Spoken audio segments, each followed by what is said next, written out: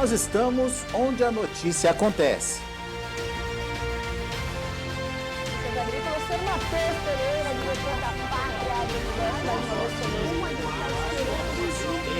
bom dia, agronegócio. Terça-feira, 21 de setembro de 2021, 8 horas. Tudo para que você seja o porta-voz de si mesmo. A Steel tem orgulho em estar junto de quem faz a agricultura ir em frente. De quem faz com dedicação, empenho, carinho e que faz crescer todos os dias seu orgulho por viver da terra. De quem faz o amor pelo campo ultrapassar gerações. E de quem faz o seu melhor de sol a sol, de sonho a sonho, para seguir fazendo a sua história. Steel, junto de quem faz o agro.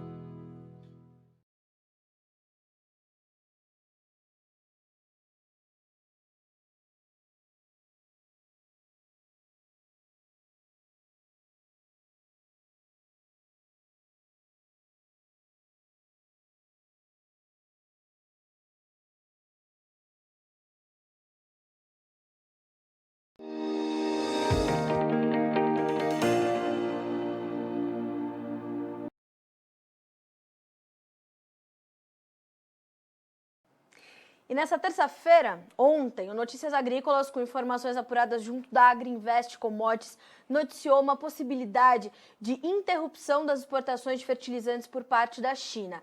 A oferta do mercado chinês já está sendo reduzida e essas informações sobre a interrupção efetiva ainda não foram oficializadas. Foi um pedido de uma comissão de reforma e desenvolvimento na China.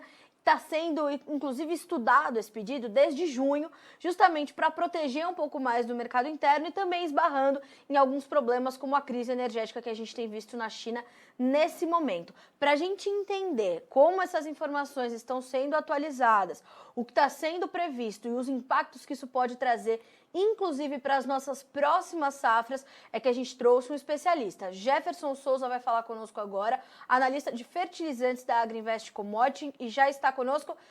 Jefferson, boa tarde para você, meu amigo. Seja bem-vindo. Dessa vez para a gente tratar de um assunto complicado e uma notícia preocupante, né? Nem fale. Realmente, boa tarde, pessoal. Boa tarde a todos. Cenário difícil pra caramba, não só para o Brasil, mas para o mundo inteiro. Essa notícia da China veio em um momento muito delicado. Nós já estávamos vivendo momentos de altas para os nitrogenados. E aí vem uma notícia como essa, claro, a repercussão é muito grande e o impacto pode ser também muito forte. O que é importante dizer? Até o momento nós não temos a confirmação, né? Até agora é um rumor. Nós não podemos garantir 100% que a China irá interromper as exportações. Mas, claro, o cenário se desenha pelo menos por uma restrição na oferta de fertilizantes na China. A crise energética está acontecendo por lá, uma escassez de carvão, energia, e isso, óbvio, impacta na produção de fertilizantes e na oferta global. Nós estamos falando do maior produtor e maior consumidor de fertilizantes do mundo. Então, qualquer tipo de medida que aconteça na China, seja por um caráter ambiental ou por uma questão de energia, vai ter um impacto em preço e também em oferta para o mundo inteiro. É o que está acontecendo agora. E por mais que a gente ainda não tenha essa confirmação, nas últimas horas já foi possível sentir algumas mudanças no mercado, não só no preço, que obviamente aponta uma das pontas finais ali de todo esse imbróglio, mas também nessa oferta mais restrita. Isso já pôde ser efetivamente sentido nas últimas horas, né, Jefferson? Sim, sim. Desde ontem, desde a notícia saiu no mercado, já começa, né, uma preocupação maior por parte das empresas na restrição da oferta, obviamente, com o medo de não receber essa matéria-prima.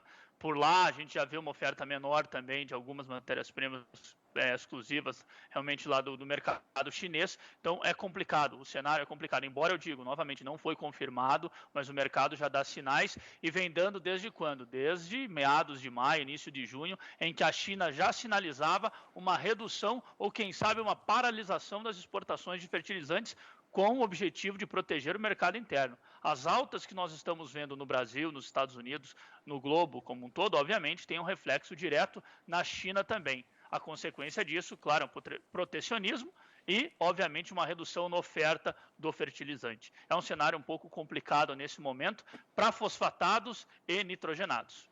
Era exatamente isso que eu queria entender, se há grupos específicos que podem sentir mais. Então, nitrogenados e fosfatados podem ser os mais impactados, portanto, a partir de agora. Exatamente isso, exatamente. O nitrogenado ele tem alguns agravantes e um deles é o preço do gás natural. Eu acredito que todos estão acompanhando essa escalada tremenda que está acontecendo no gás natural nos Estados Unidos e na Europa. Se nós pegarmos os últimos 12 meses na Europa, o gás natural acumula mais de 550% de aumento. Realmente é muito representativo essa alta. Então, é uma tempestade perfeita aí que nós estamos vendo para preços elevados de nitrogenados e pode perdurar até o final do ano. Lembrando que o pico de consumo de gás natural no hemisfério norte ainda não ocorreu. Quando ocorre? Ocorre no inverno.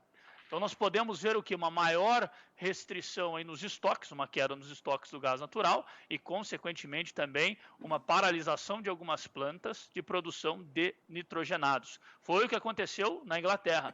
2 importantes plantas foram paralisadas devido ao alto custo do gás natural. É bem complicado a situação também. E em meio a tudo isso, o que nós encontramos? Uma Índia que volta para o mercado na semana passada. Meu Deus. Então, de um lado, você tem uma restrição de oferta, que já estava se desenhando. Nós tivemos problemas nos Estados Unidos. Eu me recordo que na nossa última conversa, nós comentávamos que a ureia lá nos Estados Unidos subiu $60 em 2 dias, Sim. pelos estragos do furacão Aida. Não demorou muito, o preço refletiu aqui no Brasil. E aí, quando a Índia volta para o mercado em busca de ureia, a RCF emitiu o seu leilão com o fechamento dia 1º de outubro, nós temos realmente algo muito complexo, uma restrição na oferta e uma demanda que segue ali procurando pela matéria-prima. Um cenário excelente para sustentar e aumentar o preço do fertilizante. Jefferson, a gente tem referências de preços aí nessas últimas horas, essa mudança nas referências que chamam mais atenção, que possam ilustrar e enriquecer isso que você está detalhando, com informações tão completas como sempre. A gente tem alguns indicativos de preços que mais chamaram a atenção nessas últimas horas? Olha, vamos pensar que saiu negócio ontem no Oriente Médio a $620 FOB. Esse é o maior nível já registrado desde 2008. Em poucos dias foram $90 de aumento por lá. Ou seja, é algo muito, muito complexo. Nós estamos voltando para os maiores níveis já registrados da ureia, por exemplo, que foi em 2008. Realmente está bem complicado. Aqui em Paranaguá, pelo que eu estou acompanhando, ureia em torno de $750, $760 a tonelada. Há 3 semanas atrás, o mercado estava trabalhando com $580, $570. Então, você percebe o tamanho da escalada num curtíssimo espaço de tempo. E aí o produtor que não comprou ainda para o milho safrinha, está vendo o tempo passar, ele se pergunta, poxa, como está a minha relação de troca em um meio como esse? E aí, infelizmente, a notícia não é muito boa, porque a relação já não estava num nível muito favorável há um mês atrás. Com esse aumento na ureia, e claro, o milho não consegue acompanhar, nós estamos vendo a relação de troca em algumas praças, rompendo a marca de 80 sacas para o milho safrinha 2022. Então você repare, nós saímos de 40 sacas de milho safrinha 22, mais ou menos em Sorriso, médio norte mato-grossense, para 80 sacas agora. Dobramos a relação num curto espaço de tempo. Era isso que eu queria entender. Que intervalo que se deu esse aumento expressivo, Jefferson? De abril para cá. Final de abril nós estávamos com a melhor relação histórica, início de maio. E agora nós estamos aí rompendo a marca aí de 80 sacas em algumas regiões. Muito complexo. Jefferson, essa semana a gente entrevistou um representante do Grupo Pão Futuro que trazia essas perspectivas para a safra 22-23, porque há um planejamento agronômico estratégico muito antecipado justamente diante de cenários como esse. E de incertezas que ainda estão reservadas aí para a nova temporada. Te preocupa também essa oferta de fertilizantes para a safra 22-23 de soja do Brasil? Já há uma preocupação dos produtores, desses grandes grupos, e eles estão tentando antecipar alguma negociação, se é que isso é possível, diante desse quadro? Não tenha dúvida. Preocupa bastante, principalmente o cloreto de potássio. Novamente eu falo, o cloreto de potássio ele preocupa muito porque cada vez mais a relação entre Bielorrússia, União Europeia e Estados Unidos ela vai se estreitando. Realmente, as negociações com o presidente por lá não são as melhores. Cada vez vem mais declarações que complicam a situação e, consequentemente, o mercado está muito apreensivo com a oferta de cloreto de potássio daqui para frente. Isso não impacta só esse resto do ano, impacta também 2022. O produtor tem que ficar muito atento à oferta. Nós estamos falando aí de 20% praticamente da produção global de potássio, de cloreto de potássio. Então, você imagina se nós temos uma retaliação, uma medida mais séria por parte da União Europeia que comprometa 100%, por exemplo, o cloreto de potássio da Bielorrússia. Seria um problema muito sério de abastecimento. Não é só de preço, mas de oferta. Você não consegue repor 20% do dia para a noite. Sim. Isso exige tempo. E, consequentemente, a oferta do produto ela acaba sendo restrita. Pelo que eu acompanho do mercado físico, ou seja, das negociações entre os produtores e as empresas, eles estão cautelosos em ofertar. Bem complicadas as ofertas. Para o ano que vem tem um ágio, ou seja, um pouco maior ainda do que está o nível agora, porque existe a precificação do risco, de quem sabe faltar lá na frente. Nós vimos o mercado rodar um pouco mais para 2022, 2023, ali por meados de maio, junho, onde a relação de troca do cloreto para 2022, 2023 parecia ser uma relação vantajosa. Agora, só para exemplificar, a relação de troca do cloreto de potássio versus a soja 2022, 2023, ela está em 32 sacas. Certo. Ano passado, em setembro, ela estava em 14 sacas. Ou seja, nós dobrou o nível de relação de troca. É o maior nível que nós já registramos na nossa série histórica aqui. Nós não temos precedente para esse valor de 32, isso no Porto de Paranaguá. Agora você imagina, a partir do momento que nós pegamos essa relação e levamos ela para o interior, onde a soja tende a ser um pouco menos valorizada e o fertilizante mais valorizado, significa que a tua relação de troca ela é ainda maior. Dadas as despesas logísticas e tudo mais. Exatamente isso. Então, bem complicado. O momento de compra é bem complicado de se dizer, olha, vamos tomar a decisão agora com essa relação de troca. Eu sempre me baseio pela troca. E olhando o que está muito fora do intervalo histórico, o produtor tem que analisar com cuidado se toma a decisão agora ou não. Até porque o risco, eu como não sou nem produtora nem analista de mercado, mas o que a gente pode acompanhar é que a gente está falando de um risco gigantesco, né, Jefferson? Porque a gente está falando de um início de plantio da safra 21-22, com uma ameaça de laninha para algumas regiões, produtores tentando se antecipar, perdendo alguma coisa desses primeiros trabalhos de campo, e a gente está falando de uma safra que precisa ser toda desenvolvida, comercializada, para a gente então começar a entender que área a gente vai semear.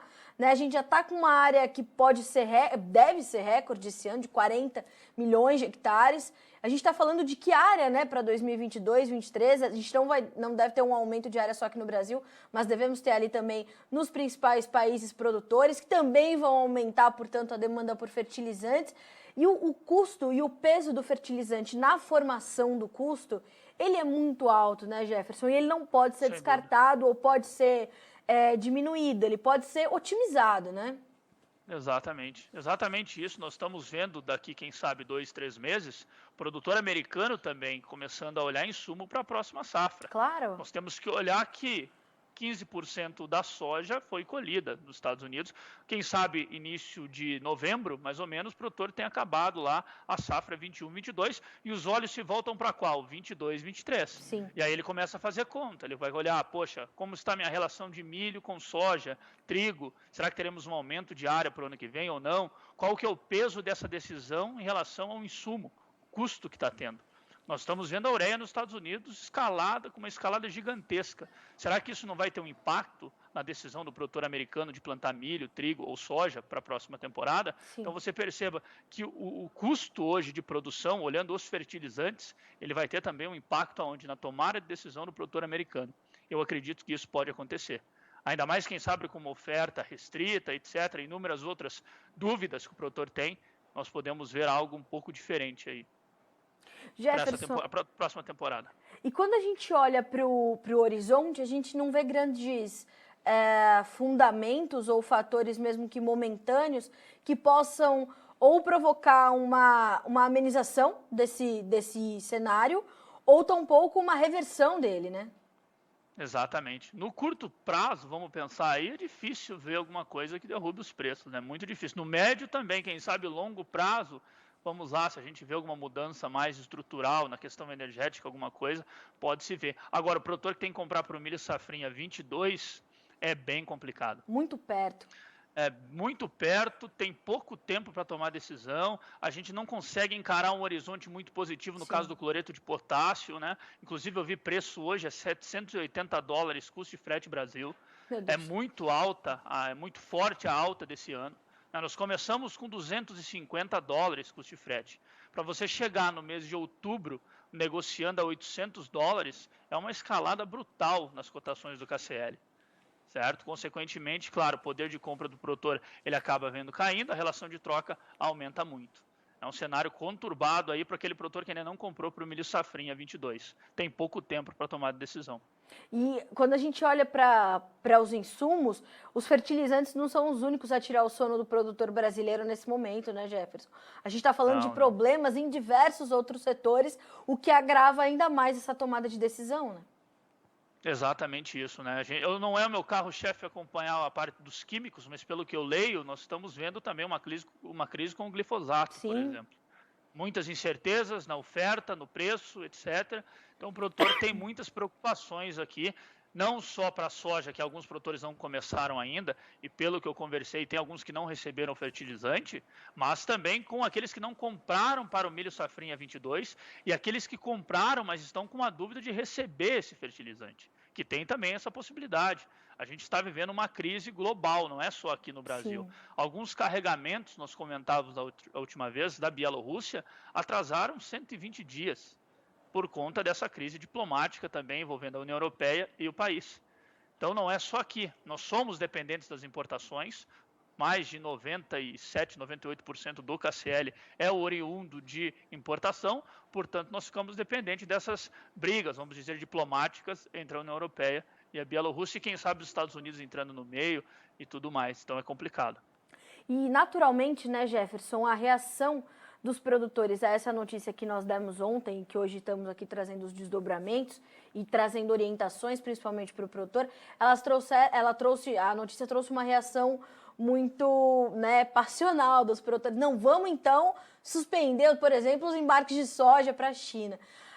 Existe uma dinâmica dentro da China que também se difere muito do mundo ocidental, né? Quando a gente conversa, por exemplo, com o Marcos Araújo, teu colega que trata de comercialização de grãos e tal, ele fala, não dá pra gente olhar a China com os olhos do Ocidente. Então, essa decisão chinesa, e eu queria que você desse a sua opinião, trouxesse o seu comentário, essa decisão chinesa está muito alinhada com regras que eles mesmos definiram, ambientalmente falando, sustentavelmente falando, economicamente falando, para manter ali uma competitividade importante em alguns cenários, para proteger o seu mercado interno. Quer dizer, é difícil também bater de frente com uma decisão de um gigante como a China, e não devemos abaixar a cabeça para o chinês, não é nada disso, né?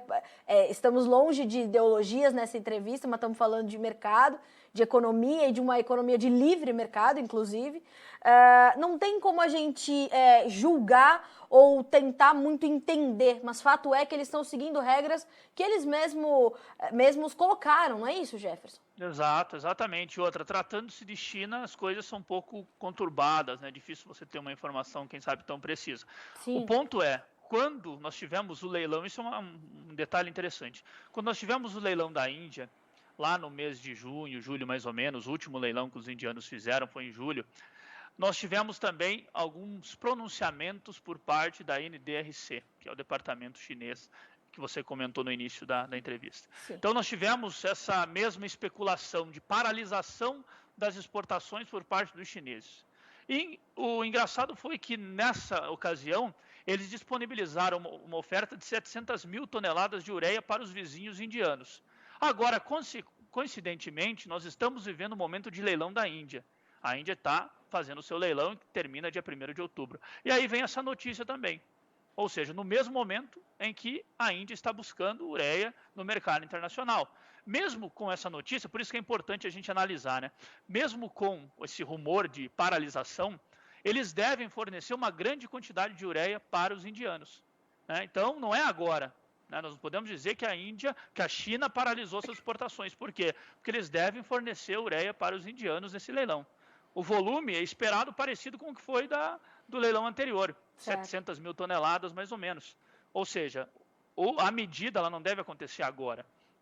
Né? Se acontecer, provavelmente pode ser mês que vem, mês de novembro, ou ainda gradativamente. Né? Nós podemos ver o que? Uma saída das ofertas chinesas e tudo mais.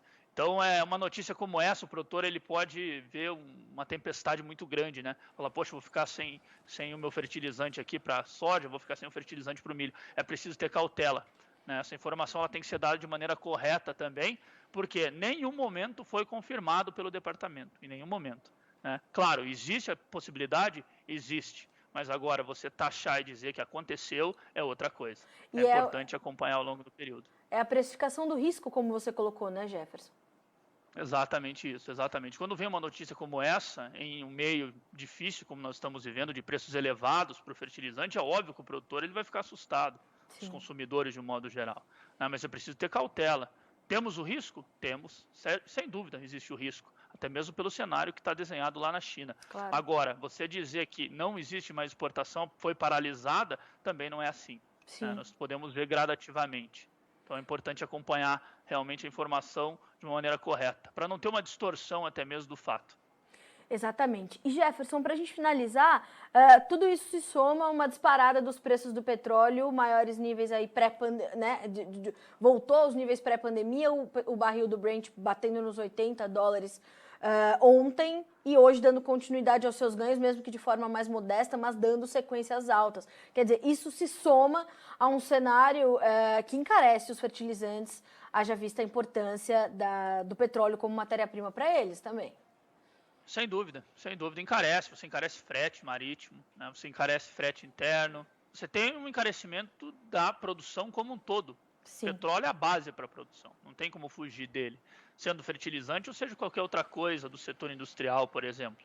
Então é a base energética para grande parte aí das nossas produções. E obviamente o fertilizante vai ser impactado por mais altas do gás natural, caso aconteça, e também pelo petróleo. Obviamente. O gás natural preocupa muito porque existe uma escassez forte na Europa, a gente está vendo a queda nos estoques, nós estamos vendo que daqui a alguns meses vai chegar o pico de consumo e, logicamente, nós podemos ter mais plantas de fertilizantes paralisando as produções. Por quê? Porque o custo é elevado. Certo. Não vale a pena produzir, como aconteceu com a CF lá na Inglaterra. Ela paralisou 2 plantas.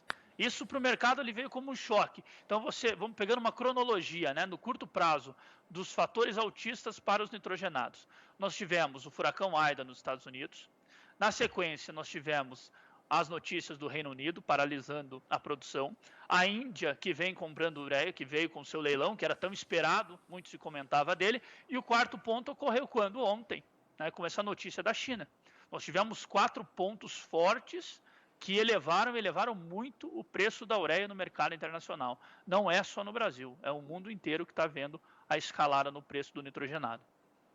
Jefferson, eu te agradeço principalmente pelo detalhamento do atual cenário, a importância da notícia, exige um especialista, né, tão gabaritado como você, então eu te agradeço muito pela gentileza de aceitar o nosso convite para vir explicar aqui o que está acontecendo e principalmente o que pode acontecer. Então, muito obrigada mais uma vez por estar conosco aqui no Notícias Agrícolas, você é sempre muito bem-vindo. Muito obrigado, desejo a vocês uma excelente tarde e bom final de semana. Obrigada para você também, Jefferson, até a próxima. Até a próxima. Até mais.